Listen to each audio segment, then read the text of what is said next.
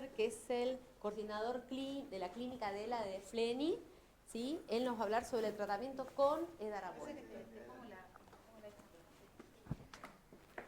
Bueno, última charla del día, viernes, estamos todos cansados. Vamos a tratar de ser... ¿Dónde está? Cronómetro. Ahí está. Ahí. Ya no veo, ¿viste? Y ya, Está duro. escuchame, 6 menos 20 y viernes. Bueno, a mí me tocó la última charla y un tema que es un poco controversial también, como mencionaba Gaby hoy, que es básicamente uno de los 2 tratamientos que tenemos autorizados hoy por ANMAT en esta enfermedad, que es el uso del edarabone. Ya se habló largo y tendido hoy sobre de qué se trata la enfermedad, del desafío diagnóstico, de la heterogeneidad, de que completamente de acuerdo con lo que plantea Gaby, que no estamos hablando de una sola enfermedad, estamos hablando de múltiples enfermedades o mecanismos fisiopatológicos que terminan dañando la motoneurona, pero de varios mecanismos diferentes. No voy a mencionar la fisiopatología, sí tener en claro que uno de los tantos mecanismos fisiopatológicos que existen es el estrés oxidativo, con el daño de la membrana plasmática y nuclear, y el impacto que eso tiene sobre la motoneurona. Y visto de otra manera, otro parecido también a lo que mencionó Gaby hoy, entre el 94 y el 95 se aprobó el Riluzol por primera vez, entre 2015 en Japón, 2017 Estados Unidos a través de FDA se aprobó el edarabone, y acá algunos de los tantos fármacos que no funcionaron en todo este tiempo, desde el último con TUDCA y fenilbutyrato de sodio hasta tratamiento de células madre y todos esos que, es cierto, si hoy alguien mencionó si vale la pena alguno de todos estos volver a estudiarlos en otros modelos y demás, creo que tiene cierto sentido. Pero en concreto, hablando específicamente del edarabone, el edarabone es un fármaco que en realidad, si bien se aprobó en 2017 por FDA, es un fármaco que existe hace más de 20 años. El edarabone, el mecanismo que tiene básicamente, hay determinados radicales libres, el peroxilo, el hidroxilo, el peroxinitrilo, que generan daño sobre la motoneurona. Y básicamente lo que hace el edarabone es generar que esos compuestos, esos radicales libres, sean compuestos más estables para que no tengan ese mismo daño sobre la membrana plasmática. En el 2001 empezaron los primeros ensayos clínicos, todos los primeros ensayos clínicos son japoneses, y el ensayo clínico pivotal, básicamente, el primero que demostró en 2017 también es japonés, porque se usaba para ACV. Al punto de que hay un ensayo clínico de febrero de este año con el edarabone sublingual, habiendo demostrado un impacto sobre el accidente cerebrovascular. También se está evaluando para otras enfermedades neurodegenerativas, pero en concreto se tiene bastante experiencia, hay más de 2 millones de pacientes que ya recibieron edarabone por indicación vascular. Pero el primer estudio que se evaluó en ELA, también japonés, fue en 2006, donde si bien no fue un fase 2, no fue un fase 3, y lo que vieron es que había un descenso de la concentración de 3-nitrotirosina. La 3-nitrotirosina es un marcador de estrés neuronal relacionado a los radicales libres, y el descenso que había tenido el efecto del edarabone sobre ese aspecto planteó que podía llegar a tener cierta efectividad. Pero los primeros ensayos randomizados son de 2014, que es ese que está ahí abajo, que dio negativo. El ensayo de 2014 da negativo, pero lo que se ve en ese ensayo negativo es que un subgrupo de pacientes que cumplían determinadas características, que ahora vamos a ver, tenían una respuesta un poco más modesta en la evolución. Y es que aparece este ensayo clínico, que es el MSI 186, empezó el 16, después el 17, después el 18 y llegó el 19, que se publica por primera vez en 2017, donde evaluaron esas características, esos criterios de inclusión que eran basados en los que se habían visto en 2014, que son pacientes entre 20 y 75 años, que tienen menos de 2 años de evolución desde el primer síntoma, que en cada una de las escalas del ALS Functional Rating Scale, que creo que lo puse por ahí, el ALS Functional Rating Scale, que hoy lo vieron seguro, que habían descendido entre 1 y 4 puntos en las 12 semanas previas al comienzo del tratamiento y que tenían una capacidad vital forzada mayor a 80, fueron los criterios de inclusión que se evaluaron porque era lo que se había visto, que en el 2014 tenían cierto sentido o cierta respuesta. Este es el diseño del estudio. Se evaluaron 6 ciclos de edarabone, cada uno de ellos son cada ciclo dura 4 semanas, 28 días, y se evaluaron 6 ciclos totales, cada uno con 60 miligramos por día. Se dividieron uno a uno los pacientes y se evaluaron esos outcomes que están ahí.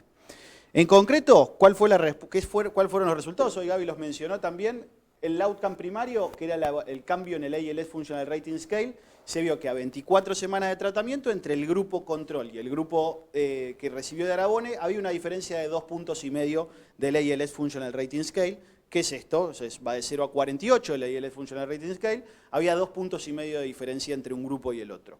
En ese momento no quedaba claro, no se había analizado hasta ese momento en qué puntos del ALS Functional Rating Scale había diferencias.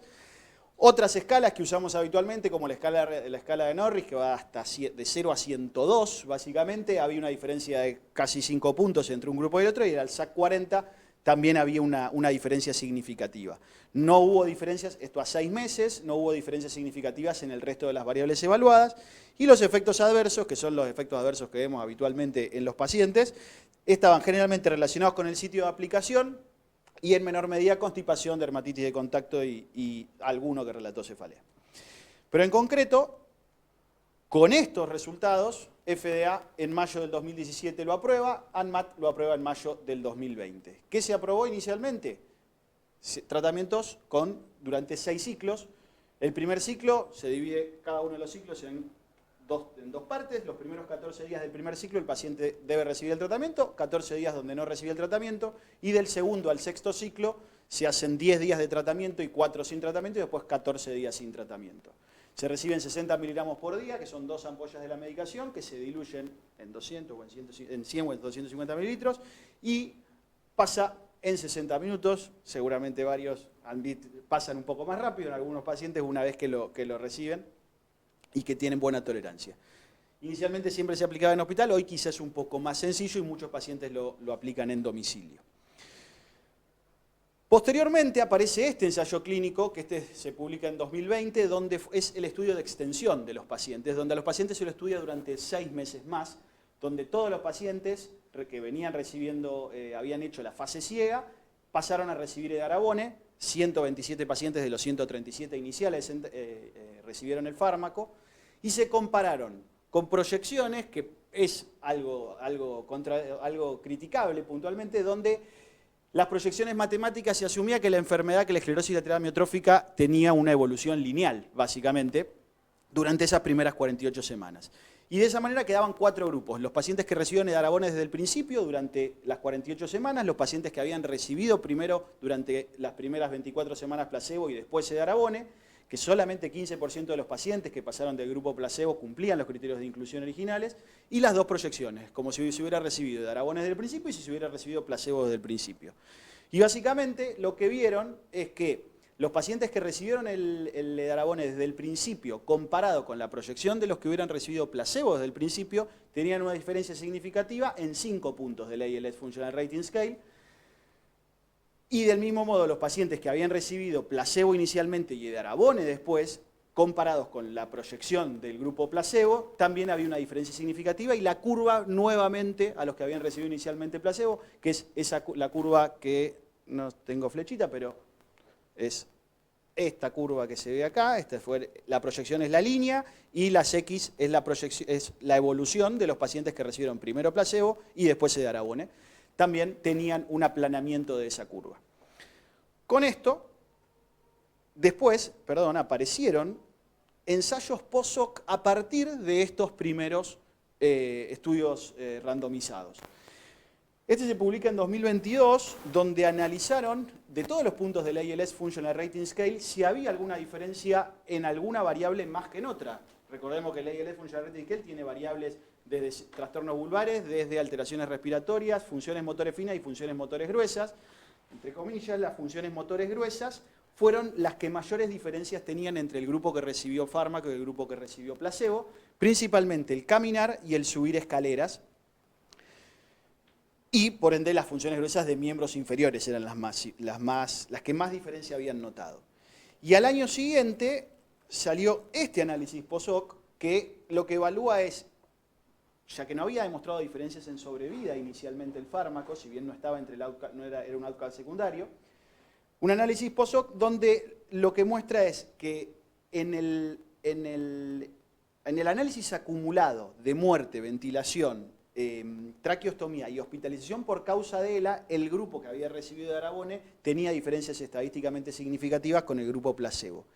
Y en una escala que es el ALS-SURB o el SURB, que está basada en el CAFS, que es otra escala que evalúa también sobrevida, la diferencia que tiene el ALS-SURB es que permite, considera básicamente pacientes que hayan dejado de hacer el ensayo por diferentes causas, considera esos datos, a diferencia del CAFS. También había demostrado diferencias significativas entre el grupo que recibió fármaco y el grupo que recibió placebo. Esto es un Kaplan-Meier y esto es una regresión de Cox donde muestra un poco esas diferencias, donde el acumulado a esas 4 variables que tienen relación con la evolución de los pacientes, había diferencias entre un grupo y el otro. Estos son los análisis post-hoc que han salido hasta ahora. Como bien mencionábamos recién, no hay solamente análisis post-hoc, no hay solamente ensayos clínicos randomizados, y en los últimos años FDA y otros entes gubernamentales empezaron a usar análisis retrospectivos observacionales que utilizan esta metodología, que es el Propensity Score Matching. Hasta 2018 FDA solamente lo usaba para seguridad, y de 2018 en determinadas patologías que tienen ciertas características, ya sea por heterogeneidad, ya sea porque es difícil a veces evaluar la efectividad de alguna variable, empezaron a utilizar este real world data básicamente, y apareció este trial que es de 2022, donde lo que se hizo es un Propensity Score Matching, que lo que hacen es comparar, esta es la base de datos más grande de todos, que es la de Medicare. Lo que hicieron es, de todos los pacientes con ELA, agarraron los 320 que habían recibido edarabone y los compararon lo más parecido posible en todas estas variables, con todo este macheo, que tenía no solo variables del momento de comenzar el edarabone, sino del pre-index, cómo había evolucionado el paciente previo a empezar el tratamiento con edarabone, cosa que no es menor en una enfermedad tan heterogénea, tratando de que los pacientes sean lo más parecidos posible y que la única diferencia sea el edarabone sí o edarabone no. En este análisis lo que se vio es que, justo hoy Gaby lo mostró, que la mediana de sobrevida había una diferencia de 6 meses entre el grupo que recibió edarabone y el grupo que no recibió edarabone. Lo que tiene este análisis con respecto a los otros análisis, y por eso hoy hablaba que es controvertida toda la evidencia, porque hay evidencia que quizás no muestra esta diferencia. A favor, lo que tenía este ensayo clínico es que es la base de datos más grande y que la que siguió durante más cantidad de tiempo a los pacientes para definir si hay impacto o no en sobrevida. Los otros ensayos clínicos, que los voy a mencionar también, porque están en todos los papers que evalúan un poco la eficacia del edarabone o no, se mencionan estos análisis. La diferencia que tienen es que quizás las principales críticas es que se siguieron durante menos tiempo de seguimiento, y quizá para determinar sobrevida en una enfermedad como esta uno necesita más tiempo de seguimiento y obviamente una N un poco más grande de lo habitual. Este análisis es del grupo alemán, donde eran menos cantidad de pacientes durante el mismo periodo de tiempo, pero este fármaco no evidenció diferencias significativas en eficacia entre ambos grupos, principalmente midiendo sobrevida, si bien la mediana de seguimiento era de 11 meses, a diferencia del anterior que era de 25 meses. Y a su vez hicieron un Propensity Score Matching también, pero solamente midiendo 4 variables en vez de todas las variables que había puesto que evaluó el grupo anterior.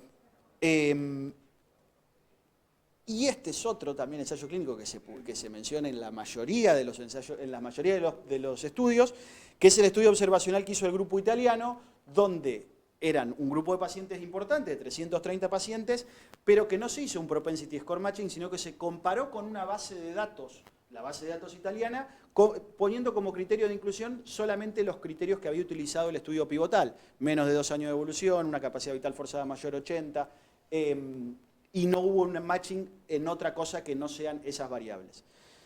Este ensayo clínico, que tuvieron seguimiento también durante 12 meses, no demostró diferencias en progresión.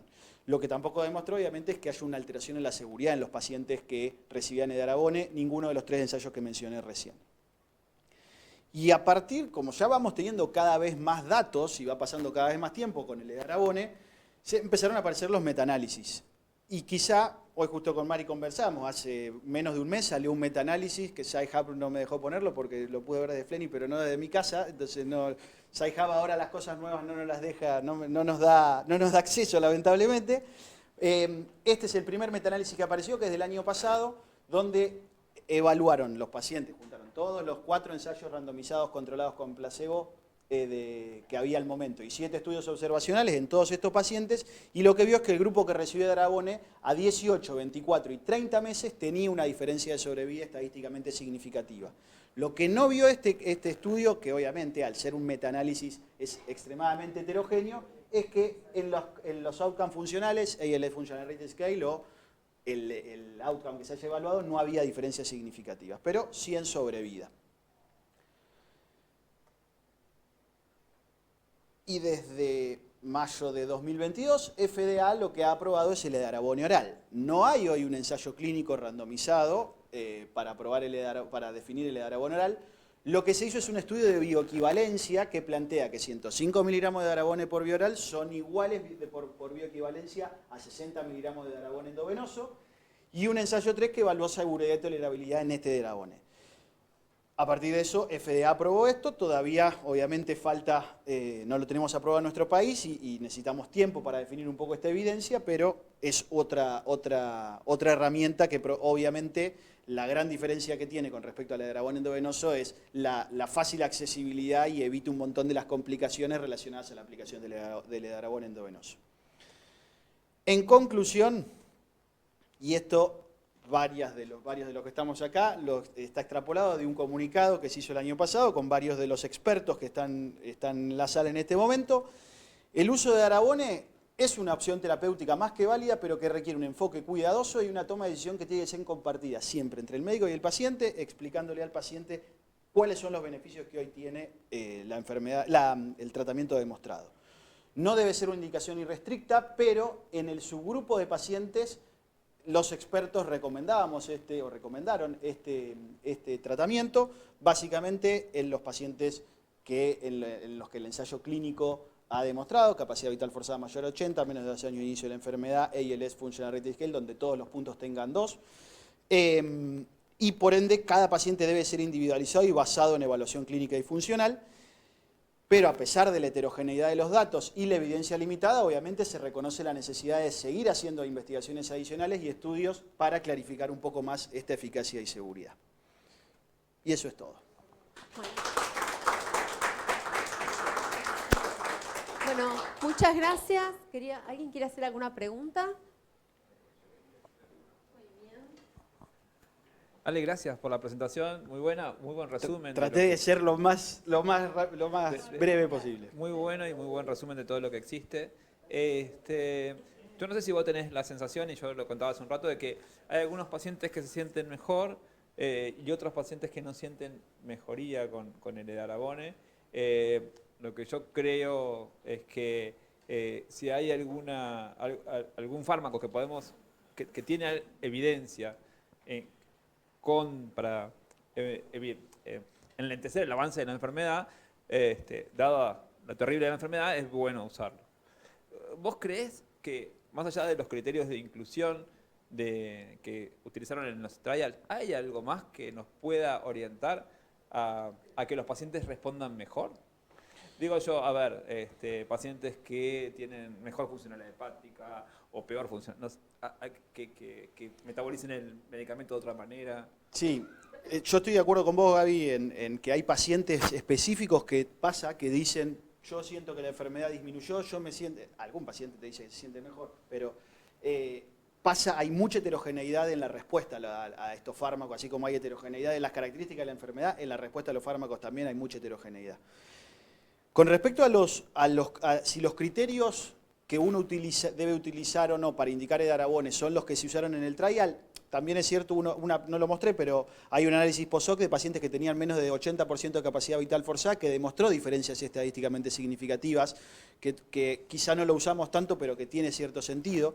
Y después, en cuanto al metabolismo del URAT, hay ensayos clínicos que también evaluaban los niveles de urato, los niveles de diferentes productos enzimáticos, y los pacientes tenían un poco más de respuesta o menos respuesta. Entonces, creo que los ensayos tienen que tener en cuenta todas estas variables que no los tienen. Y hoy, como decía el doctor Dubrowski, creo que hay prompts que a veces no los podemos evaluar o no están determinados en estos ensayos clínicos y que uno los ve a veces en la práctica médica.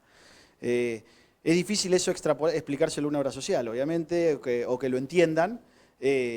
Y también es cierto que son las herramientas que hoy tenemos disponibles. Entonces, por más grande o más chico que sea, si es algo que tiene una diferencia, creo que vale la pena hacerlo. Por eso la individualización y el explicarle al paciente también y ser sincero en cuáles son, qué es lo que lo demostrado hasta ahora. Sí, además, los pacientes hacen tratamientos que no tienen evidencia científica. Imagínate algo que tenga algo de evidencia científica, digamos, vale la pena utilizarlo, más allá de las presiones que estamos teniendo por los diferentes seguros médicos, ¿no? Totalmente. Gracias, Ale. Bueno, Muy bien. Una preguntita. ¿Cuánto tiempo le indicas a los pacientes de tratamiento de Arabone? Yo siempre empiezo con 6 meses, o sea, 6 ciclos. Y en 6 ciclos reevalúo. ¿Cuánto tiempo esperás si le vas a indicar un segundo ciclo? En realidad hay veces que no espero si el paciente sigue cumpliendo, si el paciente está de acuerdo, obviamente, si el paciente no necesariamente tiene que cumplir los criterios. Hoy el trial se mostraba que solamente el 15% en el segundo ciclo cumple los criterios y sin embargo mostraba el cambio. Pero básicamente acá yo dependo, o sea, la variable principal es si el paciente también lo quiere seguir haciendo. Entonces, si el paciente lo quiere seguir haciendo, muchas veces, el tema del conseguir vías es una de las cosas más difíciles, vías de acceso, es lo más difícil para estos pacientes. Si le ponemos un PICC, si le ponemos un portacat, que con pacientes jóvenes, y la mayoría de las veces lo hacemos, que a veces las complicaciones muchas veces vienen desde ahí, pero si a veces si el paciente no tiene PICC o no tiene portacat, a veces dejarlo descansar un poquitito de la aplicación de la medicación le permite recuperar un poco de vía, entonces entre el sexto y el séptimo ciclo a veces hago algún freno, pero depende mucho de cada paciente, se individualiza en ese aspecto. Un ciclo de 6 meses, un periodo de reposo, otro ciclo de 6 meses. Que generalmente el periodo de reposo a veces lo dejo 14 días más, a veces estamos atados a que la obra social se lo vuelva a dar, entonces tenemos que esperar 3 meses más en la mitad. Se sigue en la fase abierta, en el de seguimiento, no se frenaron ni 14 días más. Perfecto. Pero bueno, eso de esperar a veces, creo que, supongo Gaby o Mari que tienen la misma experiencia de que dejarlo esperar a veces en la mitad, a veces le deja recuperar vías Claro. ¿Hasta cuánto tiempo lo siguieron en la fase abierta? ¿Hasta cuánto tiempo los evaluaron? Bueno, ahora hay uno que están siguiendo hasta 96 semanas. En ese que está ahí es de 48. Bueno, muchas gracias, Ale, por todo. Bueno, mañana los esperamos en el 7º piso, ¿sí? No vamos a usar esta aula, sino en el 7º piso, ¿sí? A las 9 de la mañana y la entrada del día sábado es por la guardia. 4 es el número del aula del piso 7. Bueno, si no está abierto, la puerta de la opción es la guardia. Primero entre ¿puede estar abierta? podría llegar porque son las jornadas de por ser una información. jornada hospital. Bueno, sí se van a dar cuenta. Prueben ambos. Muy bien. Pero sí, séptimo piso, no vengan a hacer otra cosa.